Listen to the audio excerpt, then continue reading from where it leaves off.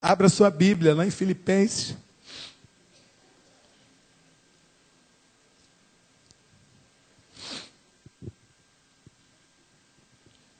No capítulo 4 mesmo.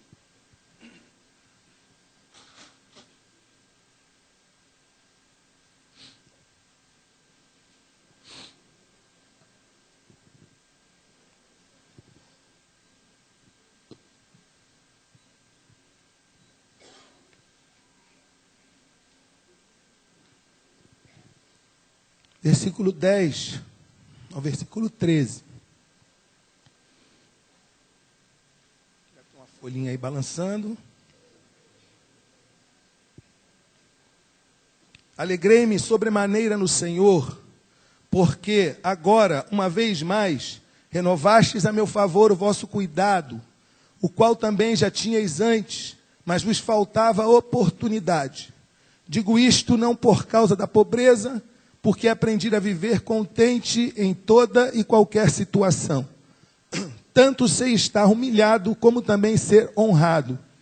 De tudo e em todas as circunstâncias já tenho experiência, tanto de fartura como de fome, assim de abundância como de escassez. Tudo posso naquele que me fortalece. Nós te louvamos, ó Deus, por esta noite. Queremos te agradecer, Senhor, por mais um aniversário do coral, hinos ungidos, abençoados, que tu possa estar usando essa juventude, essa mocidade, para a expansão do teu reino. Usa-os como testemunhos vivos da tua obra, Senhor, aqui na terra. Em nome de Jesus, sustenta cada um que tem cuidado deles, ó Deus, dando a tua bênção, a tua graça e unção no teu Espírito Santo. Nós oramos em nome de Jesus. Amém. Irmãos, a carta aos Filipenses, o estilo dessa carta, né? É uma carta que denota alegria. Se você for ler, é a carta que mostra mais alegria de Paulo. E é um paradoxo, porque Paulo estava preso quando ele escreveu essa carta. Ele estava preso em Roma. E ele fez uma carta muito pessoal para os seus amigos lá em Filipos. Tanto que ele começa dizendo: Paulo e Timóteo, servos de Jesus. Uma carta bem pessoal. Ele não fala Paulo, o apóstolo. Paulo, servo de Jesus. Uma carta bem pessoal, uma carta que mostra alegria. E Paulo, até este versículo, o versículo 13, quando nós lemos, posso todas as coisas, não vou falar o restinho, naquele que me fortalece, não, só pare no posso todas as coisas. Esta carta, irmão, de Filipenses, o apóstolo Paulo, ele era de Tarso. Em Tarso, era um dos berços da filosofia estoica. Se você for ler e estudar, né, o que está lá em Filipenses e nas outras cartas de Paulo, Paulo ele teve muito do estoicismo na sua vida, na sua criação, no seu crescimento, a filosofia estoica. Tanto que lá em Atos 17, quando tem aquele discurso de Paulo lá em Atenas, no Areópago, ele tem um embate tanto com os filósofos estoicos e com os epicureus. Ele tem um embate, ele tem um discurso, o discurso dele para aqueles homens é um discurso com um pensamento bem estoico, se você for ler aquilo ali. Porque a filosofia estoica, ela é panteísta. Panteísta é aquele que crê que Deus está em tudo, Deus é todas as coisas, a árvore é Deus, a parede é Deus, tudo é Deus, né? Eles acham que tudo, Deus é tudo, está em tudo. Essa era a ideia deles. E se você for ler a carta aos Filipenses, o pensamento estoico, ele está muito voltado ali na escrita de Paulo, também os pensamentos paulinos. Só que superficialmente.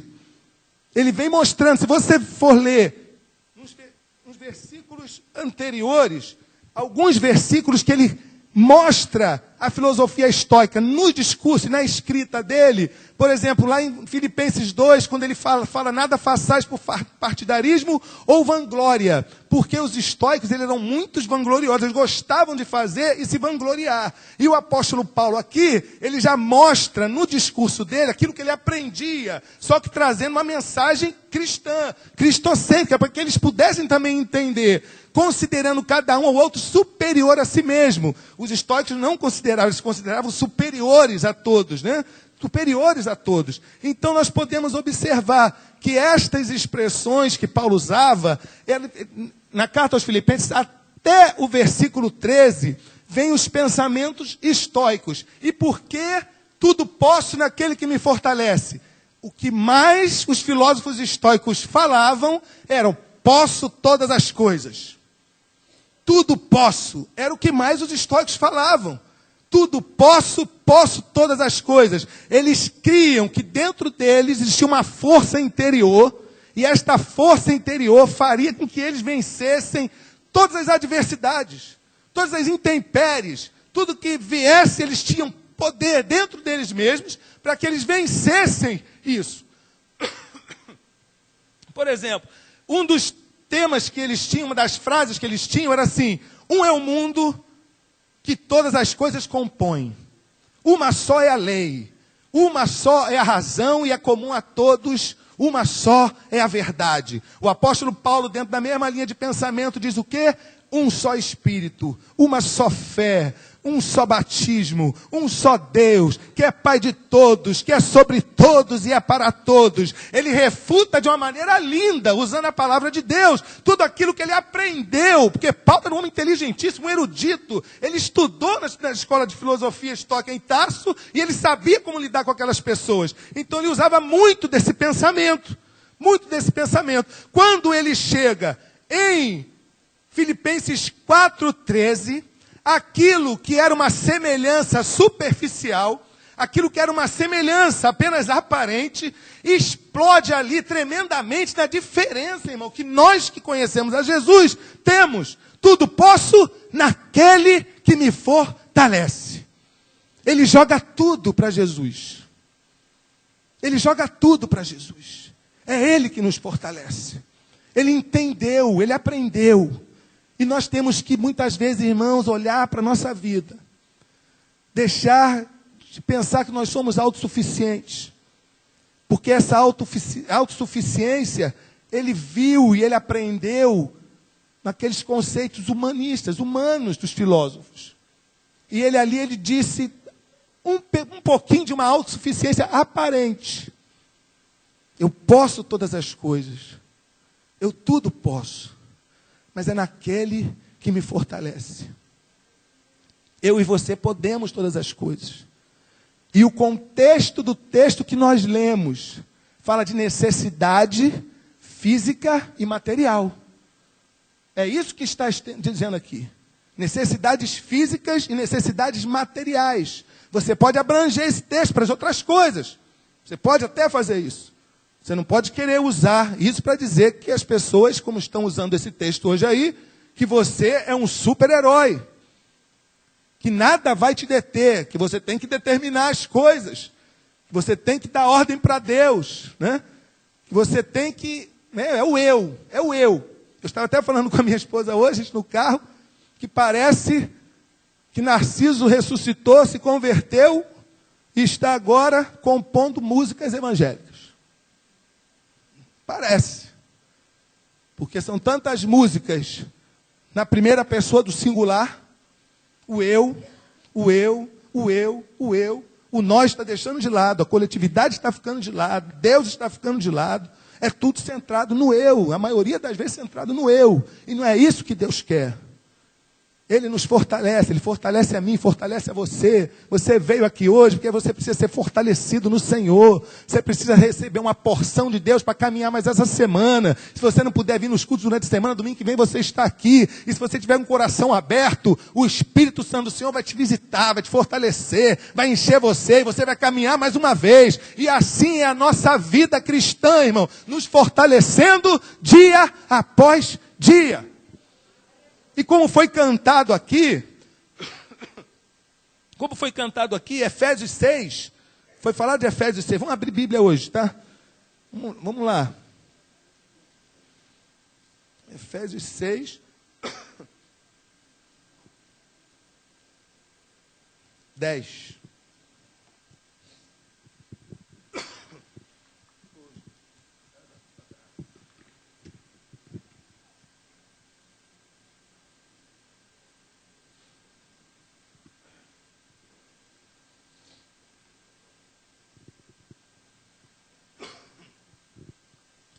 Quanto ao mais, sede fortalecidos no Senhor e na força do seu poder. Essa palavra fortalecei-vos no Senhor e na força do seu poder é a palavra, a mesma raiz de palavra que é usada lá em Juízes 6, quando o Senhor fala para Gideão, e ele é revestido no Espírito Santo do Senhor com força e com poder. É a mesma palavra, a mesma raiz. E nós vemos que lá Gideão pode ser usado de uma forma poderosa. Ele ainda assim, ele fez um voto com Deus. Vocês lembram do voto que ele fez com Deus? Vou deixar essa lã aqui, né? Quero que ela esteja toda molhada. No dia seguinte, o chão seco, e assim fez. Depois ele pediu ao contrário. Não, Senhor, agora ao contrário, que a lã esteja seca, com o chão molhado. Gideão já sabia que Deus já tinha dado a palavra de vitória para ele. Antes, nos versículos anteriores, ele já tinha certeza. Só que ele fez aquilo para edificar a fé dele e para mostrar para outras pessoas que estavam ao lado que Deus verdadeiramente estava com ele. Nós precisamos muitas vezes, irmãos, tomar atitude de fé, dar uma de maluco, para a pessoa poder ver que Deus está conosco. Quantos, quem sabe lá, que não conheciam a Deus, falaram que o Saulo era maluco? Que chegaram para ele e ele, não, meu Deus vai curar minha filha. Ele falou isso para mim, que ele falou para muitas vezes. Muitas pessoas que desenganaram, né? E o cara assim, esse não está raciocinando direito não, esse menino não está com a razão legal, ele está meio, né? Não foi isso? E aí você dá uma de doido, né? E Deus mostra que Ele nos fortalece, que Ele supre as nossas necessidades físicas e materiais. Ele responde, Ele abençoa, Ele derrama da sua graça, Ele mostra o seu poder, Ele mostra o seu milagre, e nós vamos dando glória e sabendo que Ele continua o mesmo, ontem, hoje e será eternamente, para aqueles que o temem, que o buscam, e aleluia, glória a Deus. Oh Jesus amado, Jesus é bom, irmãos. Nós temos que nos fortalecer cada vez mais, dia após dia, no Espírito do Senhor. No Espírito do Senhor. Vamos abrir a Bíblia mais uma vez. 2 Coríntios 12, 9.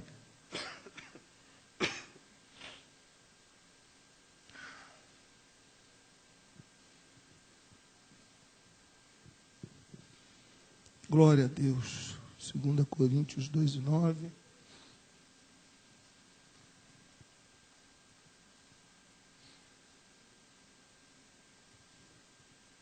É 12, 9.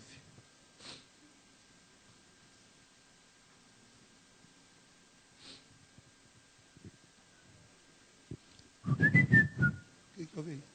Tocou um negócio aqui. Tocou um negócio. Ah, irmão, só para descontrair um pouquinho rapidinho. Eu ri muito ontem. Meu amigo não está aqui, mas eu vou contar. Eu fui visitar a Fátima ontem no hospital, logo depois que ela operou. Aí eu fui lá, o pastor Paulo estava lá. Aí depois nós saímos um pouquinho, fomos lá fora, e tem uma placa dentro lá ela estava no Day Hospital, vários. Aí tinha uma placa assim com o nome das pessoas que estavam, né, ali nos leitos. Aí ele parou para olhar, deixa eu ver o nome da Fátima, está aí. Aí estava assim, Maria de Fátima, não sei o quê. Aí do lado, sim, e aqui, nega. Aí ele, pô, estão chamando ela de nega? Porque ela é moreninha, estão chamando ela de nega? Aí eu olhei em cima, né? Toma remédio não sei o quê. Aí embaixo estava assim, é alérgica a alguma coisa? Aí estava nega. Ela nega que é alérgica a alguma coisa. Eu falei, Paulo, é nega. Aí a garota lá começou a rir, é nega, meu senhor. Ele, pô, achei que era nega. Esse é o Paulo, meu amigo. Filho dele está ali, ó. Está ali rindo. Glória a Deus. 2 Coríntios 12.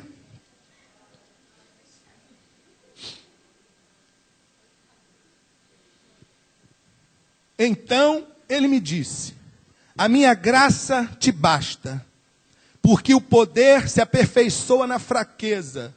De boa vontade, pois, mais me gloriarei nas fraquezas, para que sobre mim repouse o poder de Cristo.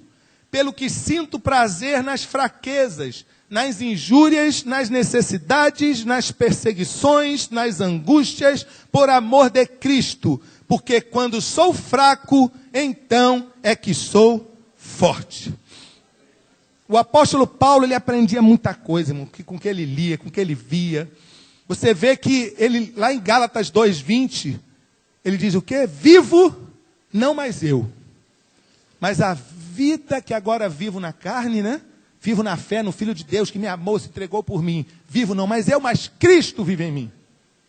Cristo vive em mim. Então ele tinha condição de falar aqui que sentia prazer. Sabe alguém sentir prazer, irmãos? Nas fraquezas, nas angústias, nas necessidades.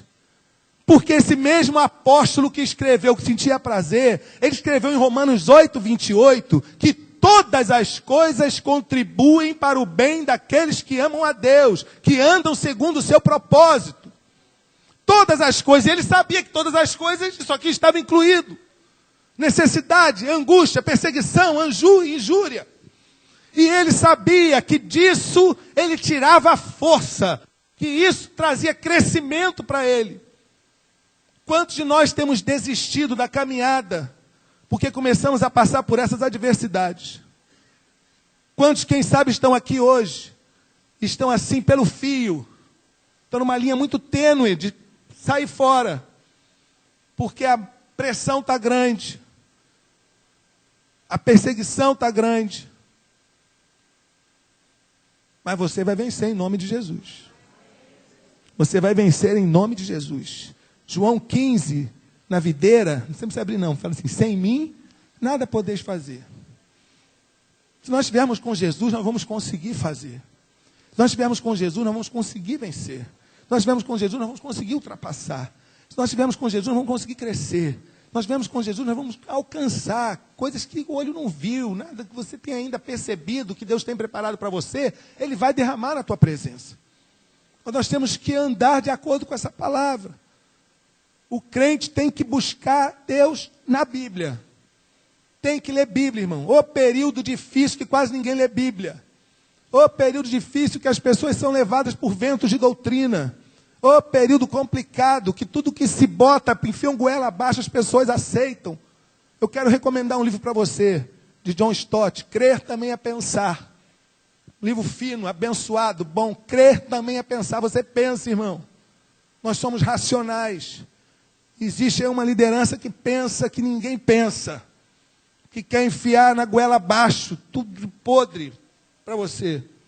A gente vê isso por aí. Agora nós somos seres pensantes, racionais. E quem pensa, infelizmente, vou te dizer uma coisa, sofre um pouquinho. Sofre um pouquinho.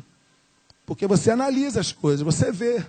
Você vê o que está certo, você vê o que está errado, à luz das Escrituras. Né? E isso traz, às vezes, uma certa dificuldade para a gente. Mas é muito bom viver de acordo com a vontade de Deus, o projeto e o propósito de Deus. Deus não criou a mim e a você para que nós viemos a ser nenhuma celebridade, não. Deus nos criou para que nós viemos a ser santos.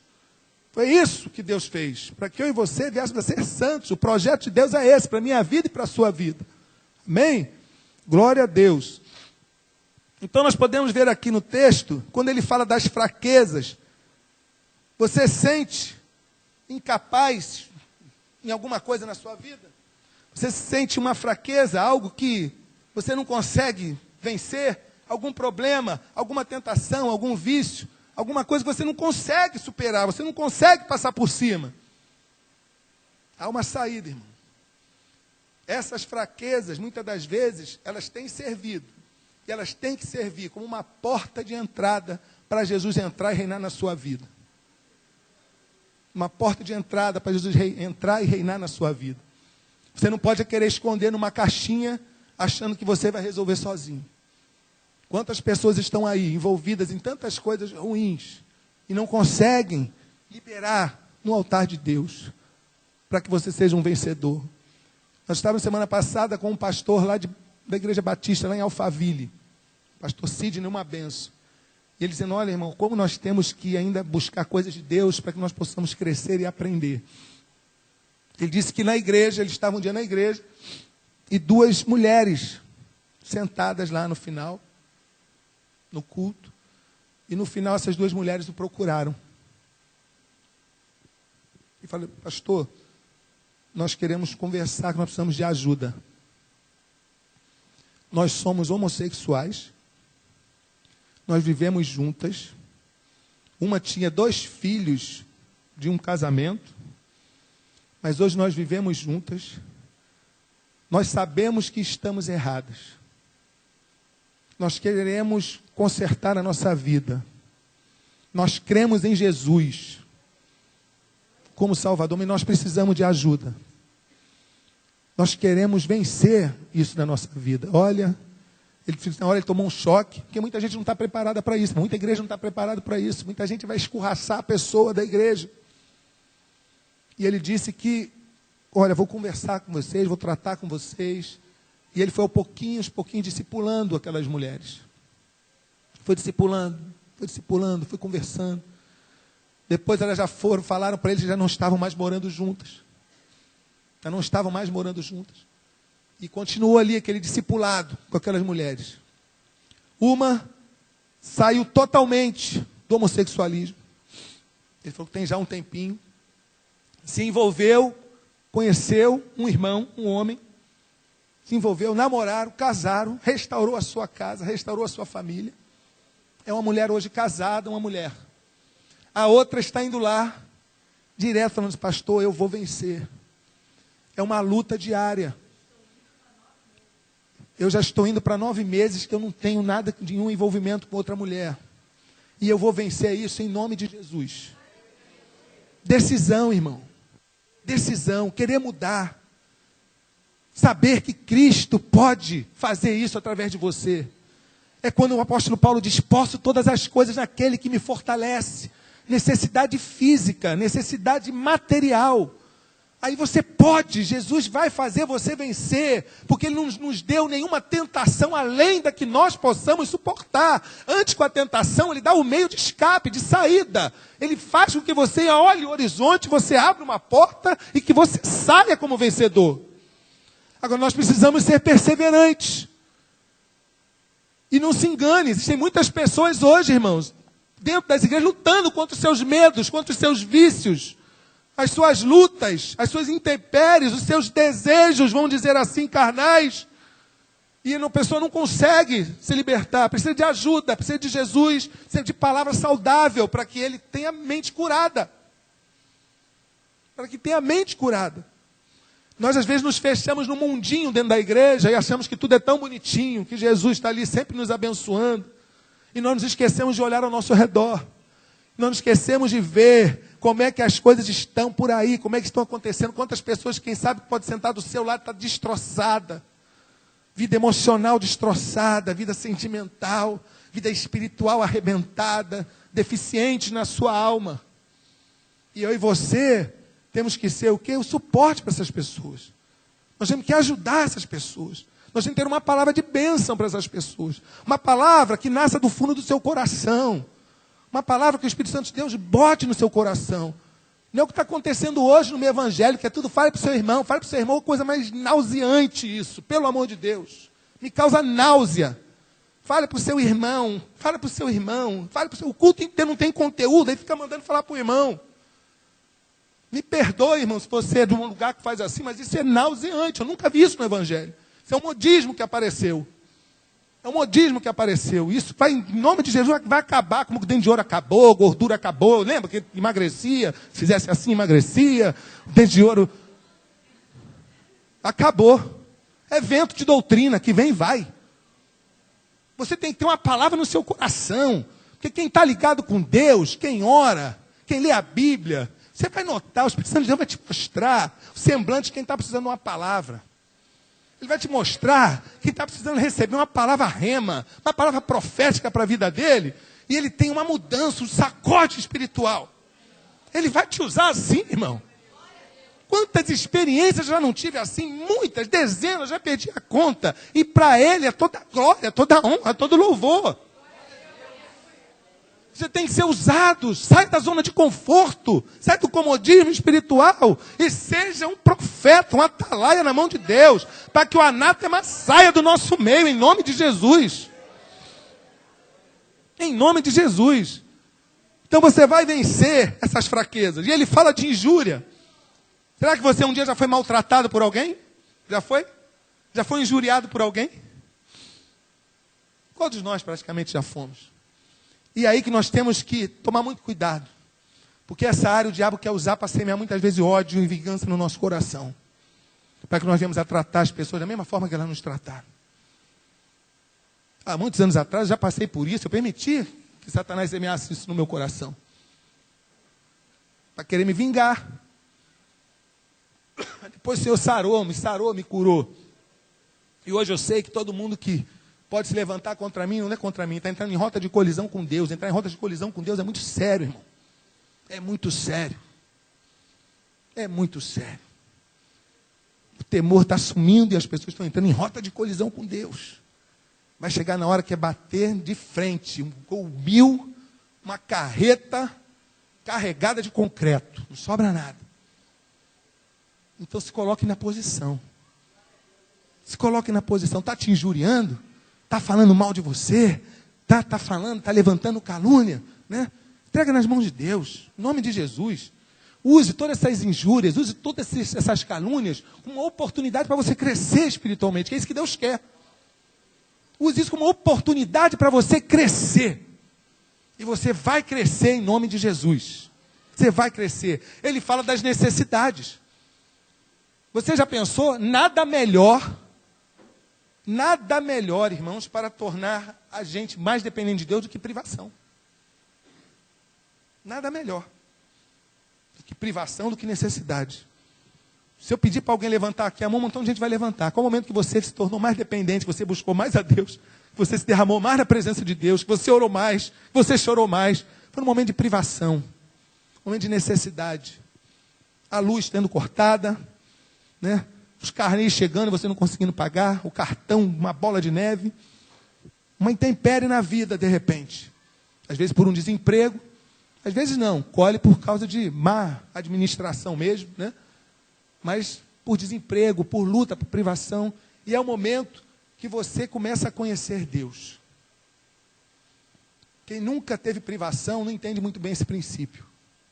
Quem nunca teve uma necessidade, quem nunca teve uma privação, não conhece muito bem esse princípio de conhecer e se tornar dependente de Deus no momento de privação. Por isso que a Bíblia diz que muito pouco rico vai para o céu, né? Eles não entendem muito esse princípio, de se tornar dependente de Deus. Eles se acham muito como os filósofos estoicos, né? Eu posso todas as coisas, eu posso todas as coisas. Eles esquecem daquele que fortalece. As perseguições.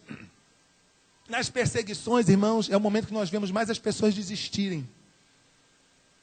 As pessoas desistirem nas perseguições. É o momento que você desiste, mas porque no fundo, muitas pessoas desistem porque elas são egoístas e não aceitam sofrer.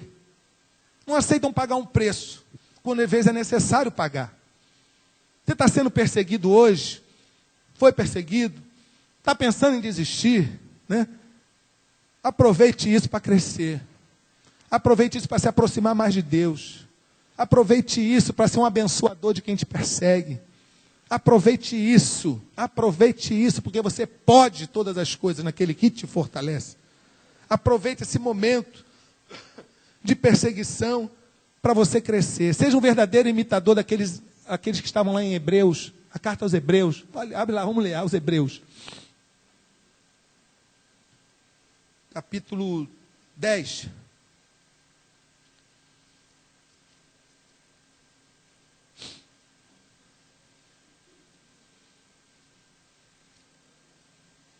Do 32 ao 39, esse texto é lindo. Lembrai-vos, porém, dos dias anteriores, em que, depois de iluminados, sustentastes grande luta e sofrimentos. Ora, expostos como em espetáculo, tanto de opróbrio quanto de tribulações. Ora, tornando-vos coparticipantes com aqueles que desse modo foram tratados, porque não somente vos compadecestes dos encarcerados, como também aceitastes com alegria o espólio dos vossos bens. tendo ciência de possuirdes vós mesmo patrimônio superior e durável. Não abandoneis, portanto, a vossa confiança, ela tem grande galardão. Com efeito, tendes necessidade de perseverança, para que, havendo feito a vontade de Deus, alcanceis a promessa. Porque ainda dentro de pouco tempo, aquele que vem virá e não tardará. Todavia, o meu justo viverá pela fé, e se proceder, nele não se compraz a minha alma. Nós, porém, não somos os que retrocedem para a perdição. Somos, entretanto, da fé para a conservação da alma. Amém? Glória a Deus. Timóteo diz que todos que querem viver piedosamente em Cristo Jesus sofrerão perseguições. Todos. Você quer viver piedosamente? Você quer verdadeiramente mostrar a sua vida como uma vida de que serve a Jesus, que pauta pelos princípios bíblicos, morais, cristãos, éticos? Você vai sofrer perseguição. É na faculdade, é no trabalho, às vezes até dentro da igreja. Você vai sofrer perseguição. Mas Deus tem recompensa para isso. Nós não somos daqueles que retrocedem, nós conservamos a nossa fé. Em nome de Jesus. Em nome de Jesus. Eu estava hoje conversando com o pastor Antônio Veiga, que dirige a igreja lá de Jardim América. Vocês não conhecem o pastor Antônio Veiga, né? Ele estava dizendo que chegou um moço lá, semana passada, retrasada, totalmente drogado. E foi falar com ele pedindo ajuda. Ajuda. Para se livrar das drogas. Conseguia, estavam querendo matá-lo por causa de dívida com drogas. O Antônio Veiga pegou o endereço dele, pegou tudo, foi lá num lugar, uma comunidade, um lugar simples. O pai dele estava lá, morava com o pai alcoólatra, jogado. O irmão Antônio Veiga disse que ficou assim um estado, ele ficou se sentindo mal com aquela situação. O irmão Antônio Veiga vendo aquela situação, a casa do homem toda espoliada, porque o garoto pegava as coisas e levava para trocar por droga. O pai alcoólatra, a mãe já tinha ido embora há muito tempo, o garoto com 22, 23 anos. E ele procurou ver um lugar, um centro de recuperação para botar, e o garoto decidiu, ele quer ir, ele quer mudar de vida, ele quer ser transformado. Né? Então nós podemos ver, irmãos, como Deus abre oportunidades para nós. Como Deus abre oportunidades. E esse moço, no momento de perseguição na vida dele, ele está procurando Jesus. Está procurando Jesus. E eu creio que Deus vai fazer uma obra na vida desse moço. Lembra de orar por ele. Eu só falar, aquele jovem lá da igreja de Jardim América, que o irmão Antônio Veiga está cuidando. Né? E esse moço vai ser transformado para a glória de Deus. Eu e você, irmão, nós somos servos de Deus, mas não nos foi concedida imunidade para perseguição. Né? Imunidade parlamentar, como tem por aí, nós não temos imunidade não. Né? Nós podemos ser perseguidos, sim. Quando nós somos perseguidos por amor de Cristo, dá glória a Deus. Porque sobre vós repousa o Espírito da glória de Deus. É verdade? E as angústias. O apóstolo Paulo, quando termina ali, ele fala das angústias. Ele tem prazer também nas angústias. Prazer nas angústias. A palavra angústia, ela vem de uma palavra, a raiz da palavra descreve lugar estreito e apertado. Esta palavra aqui. Lugar estreito e apertado. Que nos faz lembrar que ela tem uma analogia também com a claustrofobia. Fala também dessa palavra, claustrofobia. Quem aqui tem claustrofobia? Minha mulher tem. Se eu apertar ela assim, jogar um travesseiro em cima, ela ficar gritando apavorada. Né? É. Tem gente que entra, bota num lugar, mas vão ficar desesperada. Né? E essa claustrofobia espiritual, que a pessoa fica num desespero, ela perde o controle, ela perde o equilíbrio. Você pega uma pessoa, fecha ela dentro de um lugarzinho apertado, você vai ver isso, a pessoa fica desorientada, desesperada. Né? Então ela perde o controle, ela perde o equilíbrio. Né? E nessa questão, muitos, quando estão vivendo um momento de angústia, de dificuldade, eles perdem o equilíbrio espiritual. Eles perdem o equilíbrio. Eles não têm o foco, mas Jesus como foco. O foco começa a ser o problema, a dificuldade. E nós não podemos perder este foco, que é Jesus na nossa vida, porque é Ele que vai nos fortalecer, para que nós possamos vencer essa angústia. Não podemos perder esse foco. Como é que você tem reagido às intempéries, às adversidades da vida? Porque a adversidade na vida do crente, irmão, não pode ser aquilo que vai ditar a nossa conduta, não. Não pode. A adversidade não pode ser.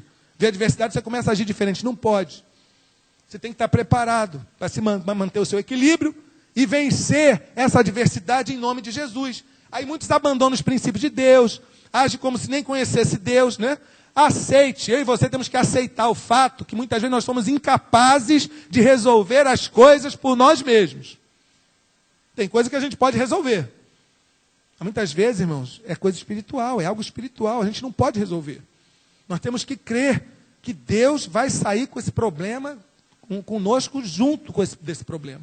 Ele vai estar conosco, ele vai entrar conosco no problema, assim como aquele anjo, quarto homem na fornalha, estava com os jovens, ele vai estar caminhando conosco. Pode todo mundo pensar que acabou para você. Pode todo mundo pensar que já era, não tem mais jeito. Mas na visão espiritual, vão estar vendo que o anjo do Senhor está com você. Nós todos temos necessidade da graça de Deus na nossa vida. Quando o apóstolo Paulo falou esse texto, ele estava dizendo o que antes? Que ele tinha um espinho na carne. Ele tinha uma dificuldade, uma luta, um embate diário na vida dele. E ele pedia para o Senhor tirar aquele espinho da carne dele. O Senhor disse, não vou tirar, que é para que você não venha se ensoberbecer. Muitas vezes nós temos um espinho na nossa carne, irmão. E Deus não tira. Ele deixa. Porque Ele quer ensinar a mim e a você que a graça dEle nos basta. Ele quer ensinar a mim e a você que a graça dEle é que nos sustenta. É a graça dEle que nos alimenta. É a graça dEle que nos leva cada dia a caminhar a patamares mais altos. É a graça de Jesus. E Ele diz para mim e para você, como disse para Paulo, a minha graça basta para vocês. Quem sabe o teu espinho na carne é aquele limite financeiro. Você não pode ter mais do que aquilo, porque senão você vai fazer besteira. Então tem gente que vai ganhar sempre aquilo certinho para pagar suas contas, não faltar nada. Quem sabe um final de semana ir comer uma pizzazinha, né? De vez em quando fazer um negocinho, nada mais além do que isso, porque Deus sabe, se der mais, vai extrapolar. Não é verdade? Então tem vários espinhos na carne que você pode trazer. Senhor, esse aqui deve ser o meu espinho. Esse aqui deve ser o meu espinho, o Senhor não vai tirar não. Vou aprender a conviver com ele, sabendo que a tua graça vai me sustentar. Que a tua graça vai me sustentar. Então, queridos irmãos, não existe fraqueza, não pode existir injúria, necessidade, perseguição, angústia, que venham nos separar do amor de Deus que está em Cristo Jesus. Eu quero convidar você a ficar de pé nesse instante.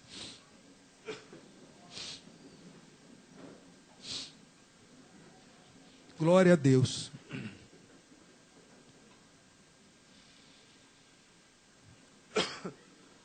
Quem sabe você até hoje pensa que você pode conseguir suas coisas sozinho. A gente vê tanta gente no mundo que não quer saber de Jesus, não quer saber da igreja. Ela se acha uma pessoa boa, e realmente é, às vezes, uma pessoa boa. Cumpre com as suas obrigações, é marido de uma só mulher, é esposa de um só homem, trabalhador, paga tudo direitinho, seus impostos, não deve nada a ninguém. Uma pessoa boa. E ela acha que não precisa de Jesus. Isso é um perigo, né? Que todos nós somos dependentes da graça de Deus.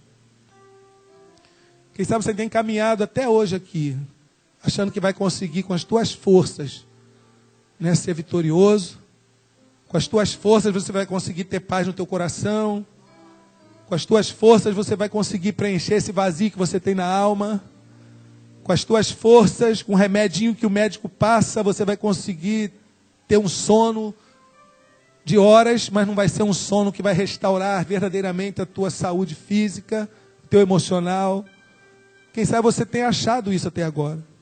Eu quero te dizer aqui, como homem de Deus, Jesus está aqui para libertar você de toda e qualquer adversidade.